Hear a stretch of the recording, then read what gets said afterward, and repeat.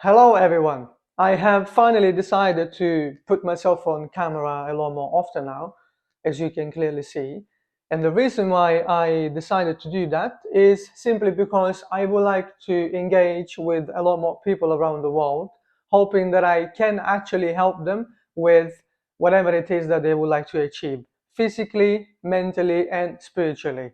Before we get into that, I would like to introduce myself first to those people who don't know me or barely know me. And it can also be a great reminder for those people who already know me.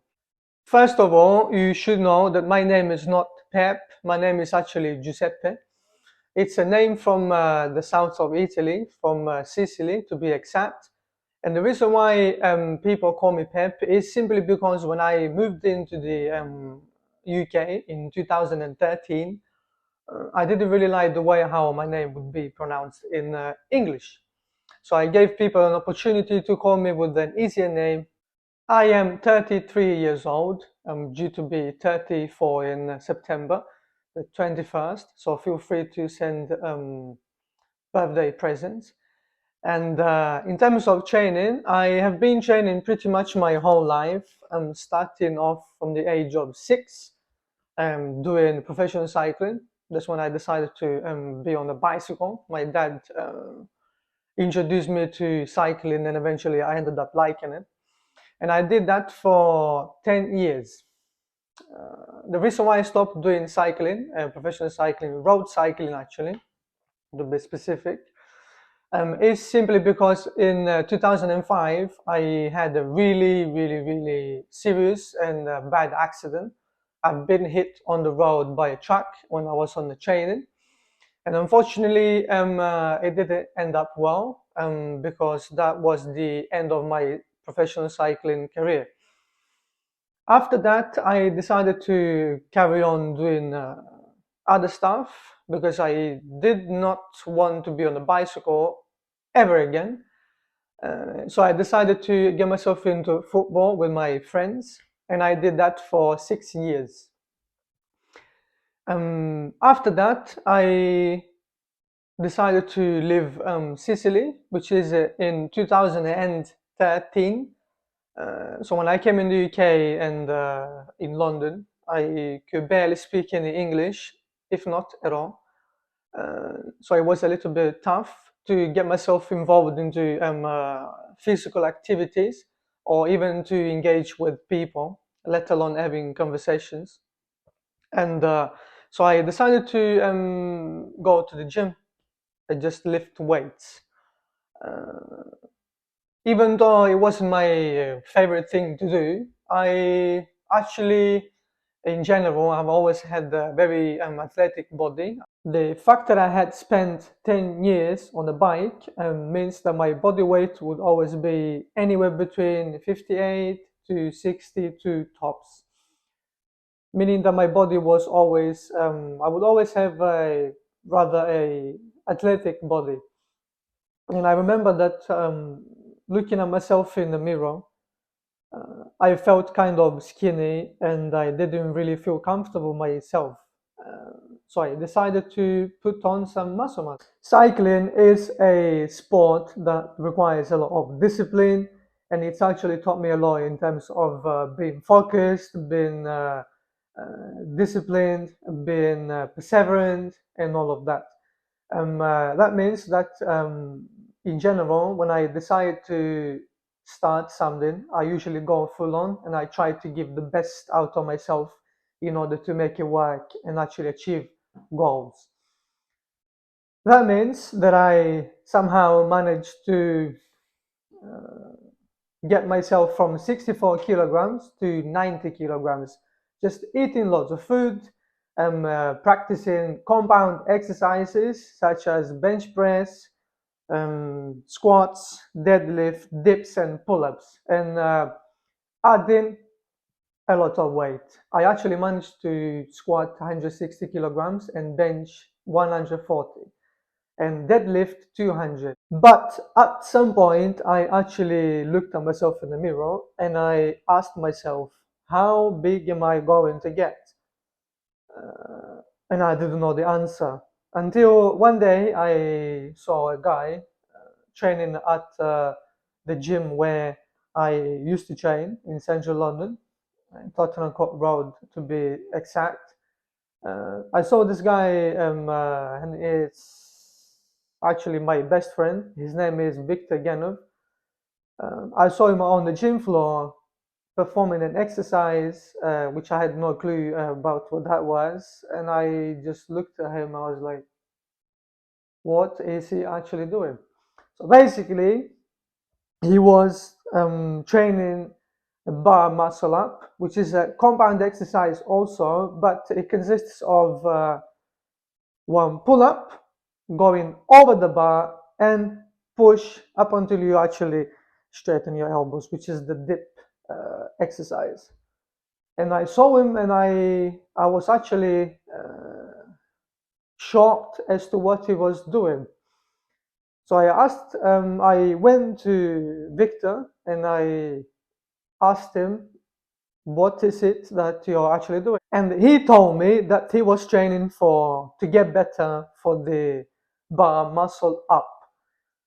And I was like, I would also like to do that. How do you do it? And he gave me a few details in order for me to actually start to get on with it. Then eventually, um, uh, we managed to become friends and we started to hang out together. We started to have more conversations about life in general, but mainly training based conversations. Then we ended up training almost every day together, and this is when I started to learn a lot more about bodyweight training. Meantime, I was working as a area manager for a chain of takeaway restaurants based in central London. And the turning point happened when I had a really bad experience at work, and somehow I've had to quit. And apparently, that was a blessing in disguise. Because luckily, the bond between Victor and I had already become pretty solid. So, in times where I needed more comfort and I felt pretty depressed, I felt like I had nothing left in life and I had nothing left to do in London. Even I wished to go back to Sicily. Victor was the one who was by my side no matter what, and he helped me a lot through when I was going through tough times. Let's put it this way. And he is the cause of me doing what I do today for a living. And because he saw a potential in me, and eventually he asked me to ever think about me becoming a PT, a personal trainer. The first time that I looked at him, I was like,